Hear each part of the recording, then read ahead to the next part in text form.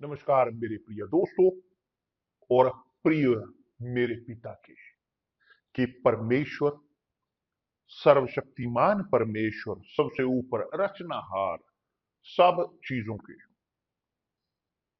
आकाश और पृथ्वी के प्रभु वो सबके ऊपर आए कि जो हिस्सा ले रहे हैं इस ट्रांसमिशन में कि पवित्र आत्मा प्रकाशित करे हमारी समझदारी को ताकि हम समझ सकें, ग्रहण कर सकें इच्छा परमेश्वर की हमारे जीवन के लिए। मैं बात कर रहा हूं इन अंतिम दिनों में प्रभु के भय के बारे में। और जब हम फोकस करते हैं इस विषय पर, प्रभु का भय उदाहरण के तौर पर, हम फोकस कर रहे हैं उस विषय पर कि जो हमें अपने अंदर संरक्षित करने की जरूरत है। हम प्रत्येक को, ये एक ऐसी चीज है कि आप जानते हो, भय भय है विश्वास। जब एक व्यक्ति विश्वास करता है परमेश्वर पर, यहां तक कि वे चाहे अपने आप को पापी मानते हो, वो भरोसा करते हैं परमेश्वर पर, तो उनके पास है इस प्रकार भय का परमेश्वर के प्रति। वो जानते हैं कि परमेश्वर का अस्तित्व है, उनके अंदर कॉन्शियस है।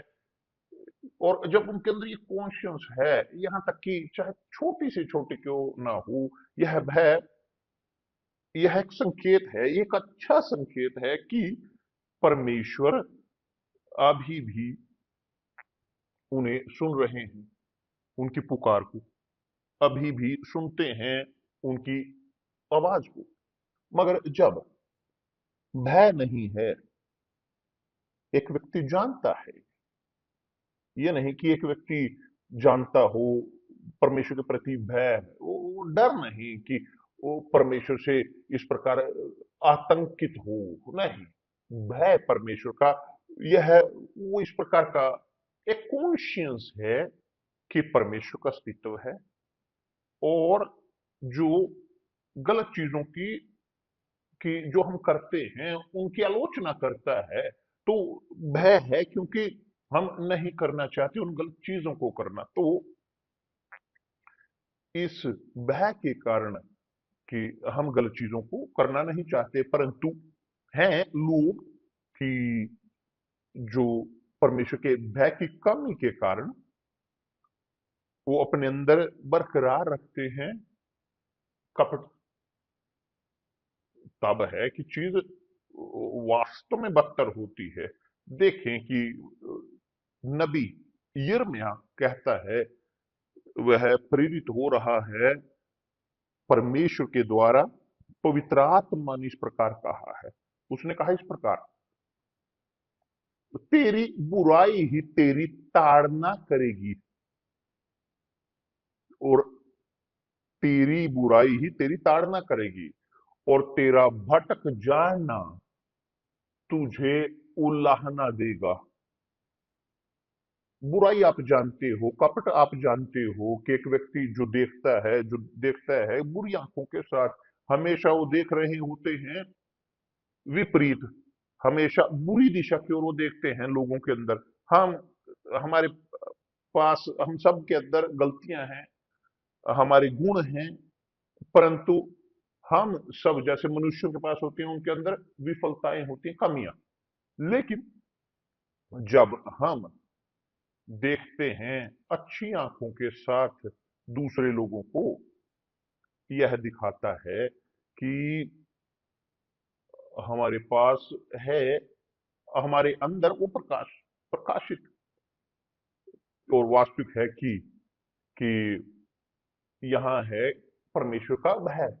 मगर जब हम देखते हैं बुरी और एक व्यक्ति की, तो ये दिखाता है कि एक व्यक्ति कपटी है, बुराई है, उसके अंदर बुराई है, और वो इस बुराई को अपने अंदर, इस आलोचना को भरे रखते हैं।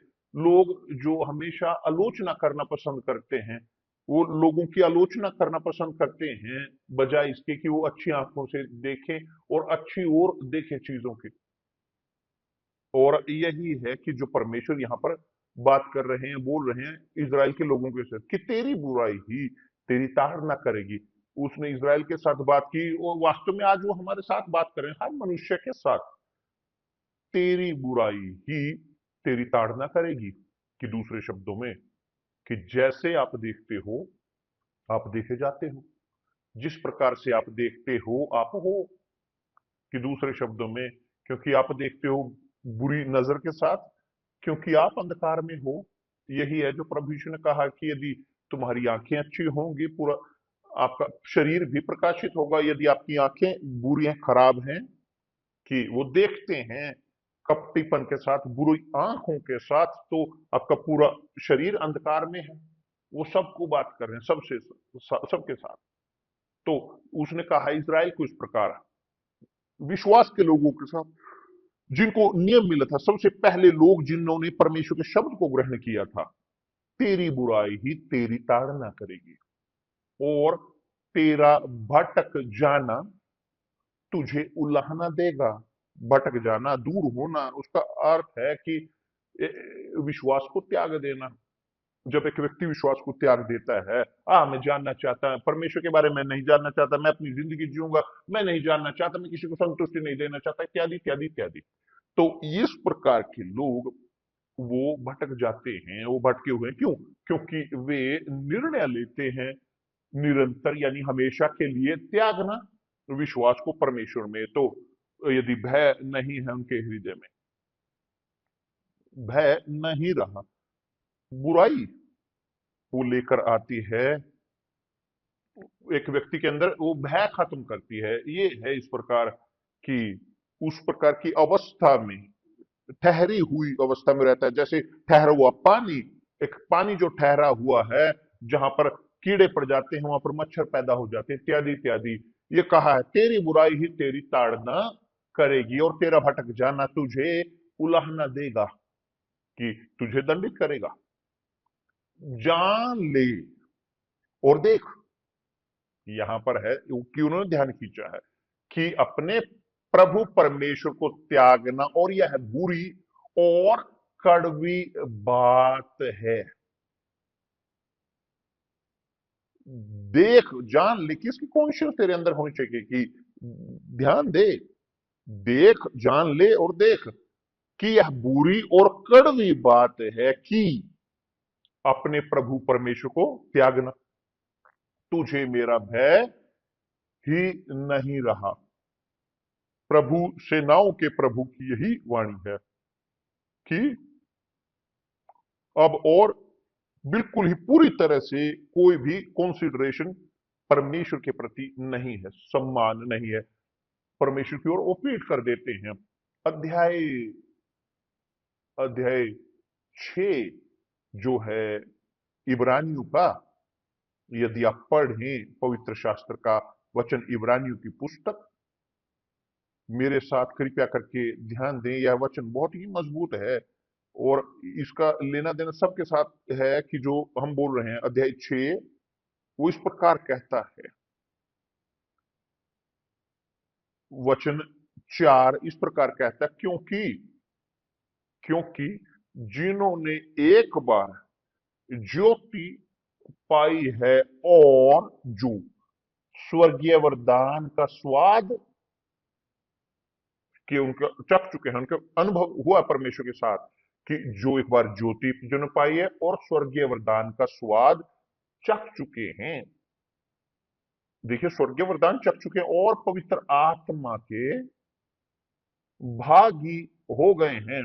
कि दूसरे शब्दों में, जिन्होंने वरदानों को, स्वर्गीय वरदानों को, मोक्ष को चखा है, कि एक दान को पाया, कि एक दिन वे परमेश्वर के साथ उनके पास सहभागिता थी, यहां तक कि पवित्र आत्मा के भागी हो गए और परमेश्वर के उत्तम वचन का और आने वाले युग की सामर्थ्य का स्वाद चख चुके हैं। कि वो जो चंगे हुए हैं, परमेश्वर के सामर्थ्य को परखा है। जैसे वो 9 कोढ़ी 10 चंगे हुए मगर केवल एक वापिस लौटा, तो 9 वो बचे हुए कोढ़ी उन्होंने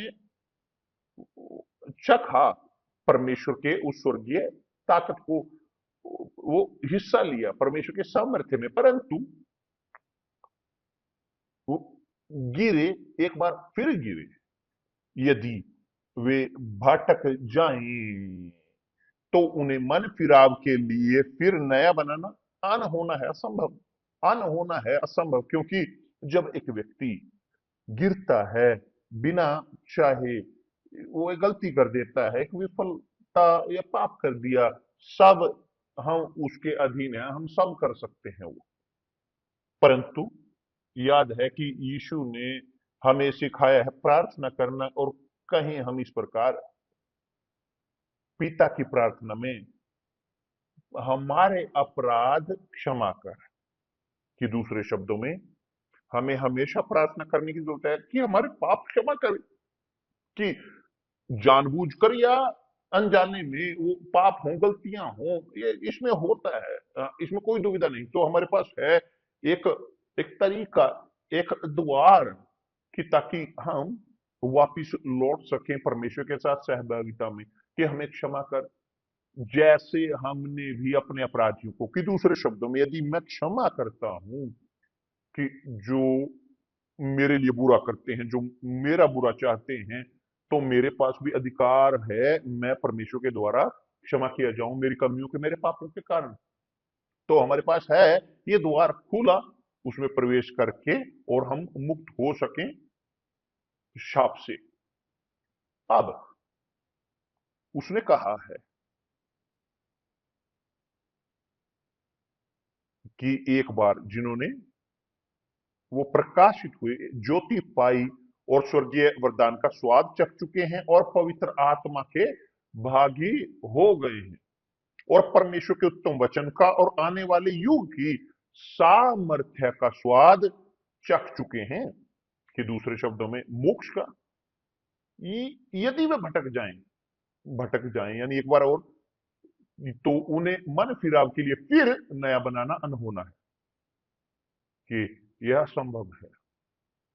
तो ये उस प्रकार के लोग की जो वास्तव में गिरते हैं और क्षमा नहीं मांगते, और ना ही पश्चाताप करते, और ना ही परिवर्तित होते इत्यादि, ये उस प्रकार के लोग हैं कि जो ठंडे हैं, वो जमे हुए हैं विश्वास में, वो इस प्रकार की अवस्था में हैं जो ठहरे हुए हैं, जो रुके हुए उस समय में अपने पापों के कारण, कि परमेश्वर का भय नहीं है, वे सम्मान परमेश्वर के प्रति नहीं करते, परमेश्वर की वस्तुओं के साथ खेलते हैं, मजाक उपहास करते हैं परमेश्वर की वस्तुओं के साथ, और हमेशा देख रहे होते हैं बुरी आंखों के साथ अपने पड़ोसी की ओर। और ये असंभव है कि वो नए बनाए जाएं मन फिराव के लिए, क्योंकि वे परमेश्वर के पुत्र को अपने लिए फिर क्रूस पर चढ़ाते हैं और प्रगट में उस पर कलंक लगाते हैं। तो यहां पर मेरे प्रिय दोस्त ख्याल रखें, कि ताकि आप बरकरार रहें अंत तक, क्योंकि परमेश्वर की क्षमा को, मोक्ष को जीतने के लिए वो मुश्किल नहीं है, मुश्किल है निरंतर बरकरार रहना, मुश्किल है बरकरार रहना। अब आप कल्पना कर सकते हैं, यीशु के अपोस्तलों में से, प्रेरितों में से एक गिरा, क्या यहूदा का साथ ये नहीं होगा? वह गिरा, वह चंगाई कर देता था लोगों को, चमत्कार वो करता था, इत्यादि इत्यादि इत्यादि, मगर गिरा। मगर वह नहीं, मगर दूसरे और भी गिरे। जो प्रेरितों का समय था, पौलुस ने कहा है, हिमनेउस और सिकंदर ठठेरे के बारे में उसने कहा है, कि जिसने विश्वास को त्यागा, कि जो थे वह उनके बारे में बोलता है जो बुरा बुरा बोलते थे, कि शुरुआत में परमेश्वर पर विश्वास करते थे, मगर विश्वास से आगे चलकर भटक गए, भय नहीं रहा परमेश्वर के प्रति, कपटी और बुराई प्रवेश कर गई और वो प्रबल हुई उनके अंदर।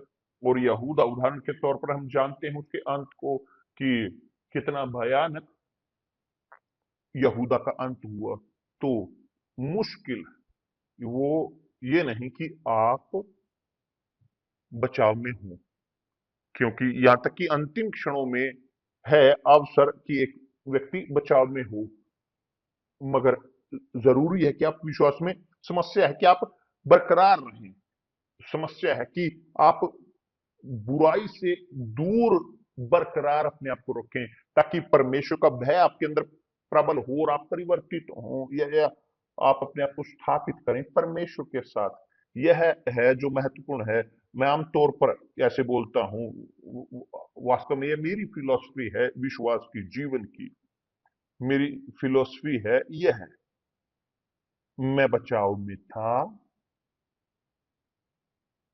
62 साल पहले, मैं बचाव में हूं और बचाव में होऊंगा यदि बरकरार रहूं अंत तक इस परमेश्वर के भय में। ये बेहद महत्वपूर्ण है। मैं इस प्रकार का ये वाक्य मेरे जीवन के लिए, व्यक्तिगत जीवन के लिए रखता हूं, और जो मैंने ग्रहण किया, जो मैं ग्रहण कर चुका हूं परमेश्वर से, तो मैं यही देना चाहता हूं आगे लोगों को जो चाहते हैं। आमीन, धन्यवाद परमेश्वर। जो नहीं चाहते धीरज रखें, मगर हम हमेशा बोते रहेंगे परमेश्वर के शब्द में। हम बोएंगे हर एक दिन, हर रोज, क्योंकि मेरे अंदर यह सुनिश्चितता है कि परमेश्वर के शब्द वो बोए हुए हैं, जो स्वीकार किए जाते हैं अच्छी भूमि के द्वारा, वो फल देंगे। क्योंकि जब भूमि जिसका फायदा नहीं, जब भूमि वह बंजर है, रेत है, तो वहां पर कुछ पैदा नहीं होता। तो वास्तव में एक व्यक्ति वो पीड़ित है, दंडित है। वास्तव है में यह है कि यदि आप सुनते हैं परमेश्वर के शब्द को और है दिलचस्पी उन्हें अभ्यास में रखने, केवल दिलचस्पी, छोटा से छोटा सा भी दिलचस्पी अभ्यास में, ये परमेश्वर के प्रति भय है। यदि नहीं है यह दिलचस्पी, यहां तक कि थोड़ा सा भी आप जारी रहते हो उसी प्रकार, आप हंसते हो, आप उपासना करते हो और बुरी आंखें रखते हो, आलोचना करते हो, क्योंकि अब कोई और उम्मीद नहीं आपके लिए। ठीक, हर एक अपने बारे में जानता है। मैं यहां पर परमेश्वर के शब्द लेकर ले जाकर जा रहा हूं उनके लिए जो परमेश्वर ने मुझे दिया, कि परमेश्वर की इच्छा हमारे जीवन में पूरी हो। वो चाहते हैं कि हम सब वो उद्धार प्राप्त करें। परमेश्वर को यहां तक कि कपटी की मृत्यु में भी प्रसन्नता नहीं होती।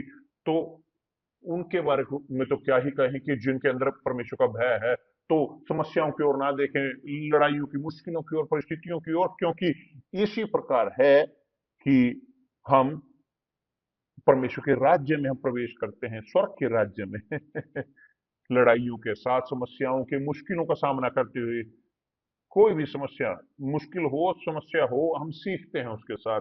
हम परिपक्व होते हैं विश्वास में, और हर बार और अधिक मुश्किल होगा लालच में गिरना। परमेश्वर आप सबको आशीष दे। कल मिलते हैं प्रभु यीशु मसीह के नाम से। आमीन और धन्यवाद परमेश्वर।